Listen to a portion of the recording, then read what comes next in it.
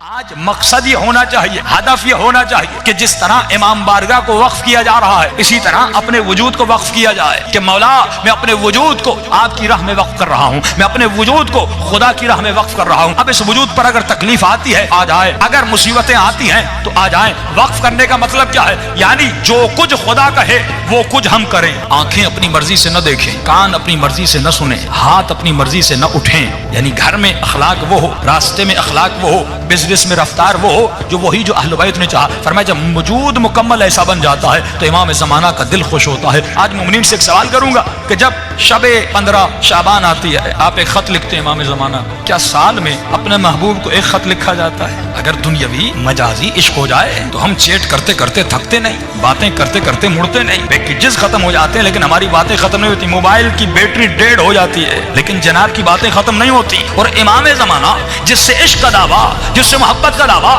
اسے سال میں ایک خط۔ یہ تو امام نے کہا مجھے لکھو تاکہ شیعوں کو سکھائیں کہ جو تو خط لکھتا ہے مجھ تک پہنچتے ہیں۔ امام تو ہماری باتوں کو سن رہے ہیں لیکن مولا نے یہ کیوں کہا کہ مجھے خط لکھو؟ اس کا مطلب مولا اپنے چاہنے والوں کو ٹرینڈ کروانا چاہ رہے تھے، کیونکہ خط لکھنے سے پہلے زمانے میں جب مولا نے کہا تھا وہاں پر صرف خط کا ذریعہ تھا، ای میل تو نہیں تھا، فون تو نہیں تھی۔ اس وقت تنہا ذریعہ ارتباط جو انسان آپ سے دور ہوتا ہے آپ اسے خط لکھتے ہیں، اس کی ایڈریس پر خط بھیجتے ہیں۔ تو مولا نے کہا مجھے خط لکھو تاکہ پہلی بات تو تجھے یقین ہو جائے تیرا کوئی مولا ہے جو تمہارے خطوط کو پڑھتا ہے، جو تمہارے خط کو دیکھتا ہے، تاکہ یقین ہو فزیکلی ایک ارتباط ہو تمہارا امام زمانہ کے ساتھ۔ کیونکہ آپ کبھی ایسے انسان کو خط نہیں لکھتے جس کا وجود ہی نہ ہو، جو مر چکا ہو اس کو کبھی خط نہیں لکھا جاتا۔ خط اسے لکھا جاتا ہے جو زندہ ہو، خط اسے لکھا جاتا ہے جو آپ کا خط پڑھے۔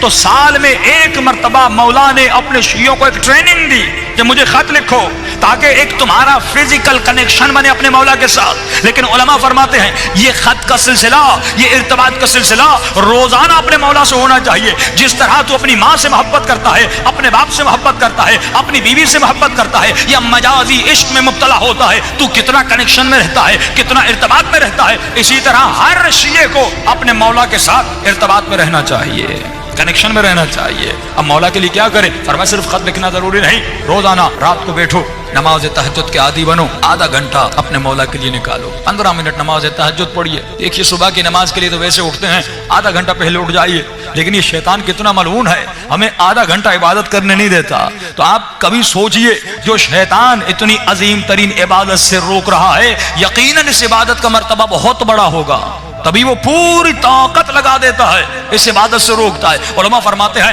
کہ اگر یہ قرآن کی آیتیں یا رات کو دعا کر کے سو جاؤ یا کوئی الارم رکھ کے سو جاؤ پھر آپ کو محسوس ہوگا یہ ملعون مجھے کتنا روکتا ہے۔ فرمایا صرف 40 دن نماز شب پڑھو اور صرف 40 دن امام زمانہ کے باتیں کرو، 15 منٹ مولا سے کلام کرو، یا اگر خط لکھنا ہے خط لکھو، پھر درخت دریا میں جا کر پھینک کر، لیکن خط لکھنے کی بھی ضرورت نہیں، روزانہ 15 منٹ باتیں کرو، محبت بھری باتیں کرو۔ اگر تکلیف ہے تو امام سے شیئر کرو، اگر مصیبت ہے تو اپنے مولا سے شیئر کرو۔ جب وہ مولا کہہ رہے ہیں میں تمہارا باپ بھی ہوں، میں تمہارا بھائی بھی ہوں، میں تمہارا دوست بھی ہوں، میں تمہارا رفیق بھی ہوں، یعنی ہر رشتہ امام زمانہ کے ساتھ ہونا چاہیے۔ لیکن ہم نے مولا کو صرف ایک محفل بنا دیا کہ سال میں ایک فنکشن کرنا ہے 15 شعبان کا، اور ایک دعائے کمیل پڑھنی ہے اور جمع ہونا ہے، خط لکھنے ہیں، مولا شادی نہیں ہو رہی، مولا پیسہ نہیں، مولا جاب نہیں ہو رہی۔ اور یہ مومنین جب کربلا بھی جاتے ہیں یہی دعائیں کرتے ہیں۔ تو کبھی سوچئے امام بھی کہتے ہوں گے تو جب بھی آتا ہے کچھ مانگنے آتا ہے، جب بھی گئے مانگنے گئے، کا فرمایا کبھی کچھ دینے بھی تو دیا کیا ہم نے امام کو؟ آج ہم نے اپنے آقا کو کیا دیا؟ مولا فرماتے کچھ دینے بھی کبھی بیٹا مانگتا ہے، کبھی اولاد مانگتا ہے، کبھی کیا مانگتا ہے، کبھی کیا مانگتا ہے، کبھی اپنے آقا کو کچھ دینے مولا کیا آپ کو پیسے چاہیے؟ فرمایا مجھے پیسوں کی ضرورت نہیں۔ مولا کیا آپ کو مال چاہیے؟ کیا آپ کو دولت چاہیے؟ کیا آپ کو گھر چاہیے؟ فرمایا نہیں، مجھے تو چاہیے، مجھے تو چاہیے۔ آپ کا وجود چاہیے امام کو، یہ وجود چاہیے امام کو، یہ ہاتھ چاہیے، یہ آنکھیں چاہیے، یہ ذہن چاہیے، یہ زبان چاہیے، یہ کان چاہیے۔ فرمایا مجھے تمہارا وجود چاہیے، بس جو میں کہوں تو کرے، جس سے میں روکوں تو رک جائے۔ مجھے سلمان زماں چاہیے، مجھے میثم زماں چاہیے، مجھے حبیب زماں چاہیے۔ تو ایسا بن جا جیسے حسین کا صحابی حبیب ابن مظاہر تھا۔ بھائی امام زمانہ کو بھی حبیب کی ضرورت ہے کہ نہیں؟ امام کو بھی علی کی طرح سلمان کی ضرورت ہے کہ نہیں؟ مولا کو بھی علی کی طرح میں سمیت تمار کی ضرورت ہے کہ نہیں؟ کم از کم علی کا غلام قمبر بن کے دکھائے. کیا مولا کو کسی قمبر کی ضرورت نہیں؟ کا ضرورت ہے. لیکن وہ غریب امام زمانہ فرماتے ہیں آج 1000 سال گزر گئے، فرمایا تکو تنہا اس زمانے میں جی رہے ہیں. امام کو اصحاب کی بہت ضرورت ہے. اسی لیے امام نے ایک عدد بتایا کہ جب تک 313 کا عدد مکمل نہیں ہوتا تب تک میرا ظہور نہیں ہوتا. اس بات سے ثابت ہوتا ہے آج اگر 400 ملین پوری دنیا میں ہے لیکن 313 ابھی تک نہیں ہے. کہ دین قربانی مانگتا ہے. اس انسان کو زیارت کربلا کی اہمیت کا پتہ نہ ہو، فرمایا وہ زیارت تو کرنے جائے گا لیکن وہ معرفت حاصل نہیں کر سکے گا. کہ ہمارے استاد فرماتے ہیں، فرمایا جب تو کربلا جاتے ہو تو نیت کیا کرتے ہو؟ اکثر لوگ دعاؤں میں کرتے ہیں خدا مجھے امام حسین کی زری دکھلا دے، مجھے بین الحرمین دکھلا دے، مجھے مولا کا رواق روزہ دیواریں دکھلا دے. فرمایا یہ بھی دعا اچھی ہے، جب جاؤ گے یہ دعا قبول بھی ہوگی. ایک مرتبہ مولا کی زری کو بوسہ دو گے، ایک مرتبہ در و دیوار کو بوسہ دو گے، ایک مرتبہ بین الحرمین میں چلو گے، امام کا ذکر کرو گے، یہ بھی ثواب ملے گا. لیکن فرمایا مقام معرفت تب ہے جب تمہاری دعا یہ ہو کہ اے خدا حسین کی زری کی بھی زیارت کرا اور خود امام حسین کی بھی زیارت کرا. آج کتنے مومنین ہیں جنہوں نے خود ذات حسین ابن علی کی زیارت کی ہو؟ آج کتنے مومنین ہیں جنہوں نے خود امام زمانہ کی زیارت کی ہو؟ بھائی ہم کیوں نہیں کر پاتے؟ فرمایا کیونکہ نجاستوں سے بھرے ہوئے ہیں. جب تک روح بلند نہیں ہوتا، جب تک اس کی پرواز بلند نہیں ہوتی، فرمایا تب تک زیارتیں نہیں ہوتی. ہم کتنے خواب دیکھتے ہیں، کبھی پیسے والے بن گئے، کبھی کہاں پہ سیر کرنے گئے، کبھی کسی سے ملنے گئے. جب خوابوں میں یہ روح ہر جگہ جا رہی ہے تو حسین ابن علی کی زری کی طرف کیوں نہیں جا رہی؟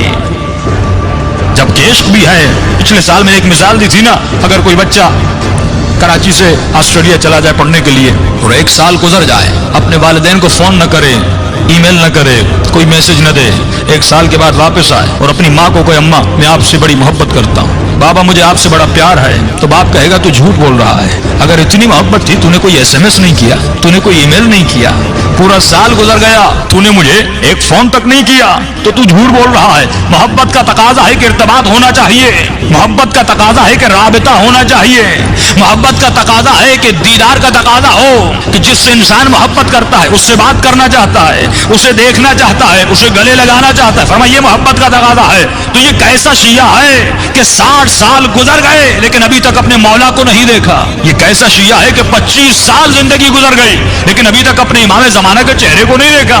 ہم دنیاوی محبت جس سے کرتے ہیں، کتنے SMS کرتے ہیں، لیکن وہی مولا، وہی آقا جو پردے غیب میں ہے، ہم نے کتنا رابطہ اپنے مولا کے ساتھ محکم کیا، کتنا رابطہ اپنے امام سے بنایا. دیکھیے مقصد ظہور امام کیا ہے؟ ایک ہی مقصد ہے کہ مولا کی حکومت قائم ہو جائے.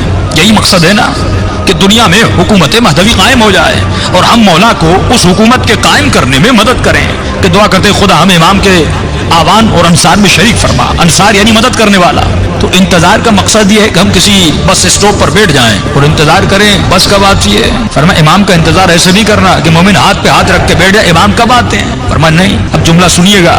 فرمایا حکومت امام کے قائم ہونے سے پہلے تو خود ایک حکومت قائم کر، تو خود ایک حکومت قائم کر. آپ خود ایک حکومت قائم کریے. پھر آپ سوال کریں قبلہ میں نہ صدر ہوں، نہ وزیر اعظم ہوں، نہ فوج کا جنرل ہوں، میں حکومت بناؤں تو کیسے بناؤں؟ تو کہا ٹھیک ہے، حکومت وہی بنا سکتا ہے جس کے پاس اختیار ہو. جتنا اختیار اتنی حکومت. صدر کے اپنے اختیارات ہیں، MP MNS کے اپنے اختیارات ہیں، ناظم کے اپنے اختیارات ہیں. فرمایا تمہارا اختیار جہاں تک ہے وہاں تک امام زمانہ کی حکومت بنا. اگر گھر میں اختیار ہے تو اپنے گھر میں امام کی حکومت قائم کر. اگر بیٹے کا اختیار ہے تو بیٹے پہ حکومت قائم کر. کہتے قبلہ بیوی نہیں سنتی، اولاد نہیں سنتی، بیٹے نہیں سنتے، بیٹیاں نہیں سنتی. ٹھیک ہے لیکن تمہارا اختیار تمہارے وجود پر تو ہے. کس نے آپ کو مجبور کیا حسین کی مجلس میں آنے کے لیے؟ کسی نے نہیں کیا، آپ خود آئے. میرا اختیار میرے ہاتھوں پر ہے، ہاتھ بلند ہوتے ہیں. میرا اختیار میری آنکھوں پر ہے، آنکھیں کھلی ہوئی ہیں. آپ کا اختیار آپ کے کانوں پر ہے، آپ کی زبان پر ہے، آپ بولتے ہیں. فرمایا تمہارا اختیار تمہارے وجود پر ہے. امام زمانہ کی حکومت کے قائم کرنے سے پہلے خود اپنے اعضاء و جوارح پر مولا کی حکومت کو قائم کر. آج مسئلہ یہ ہے کہ میری آنکھوں پر مولا کی حکومت نہیں ہے، میرے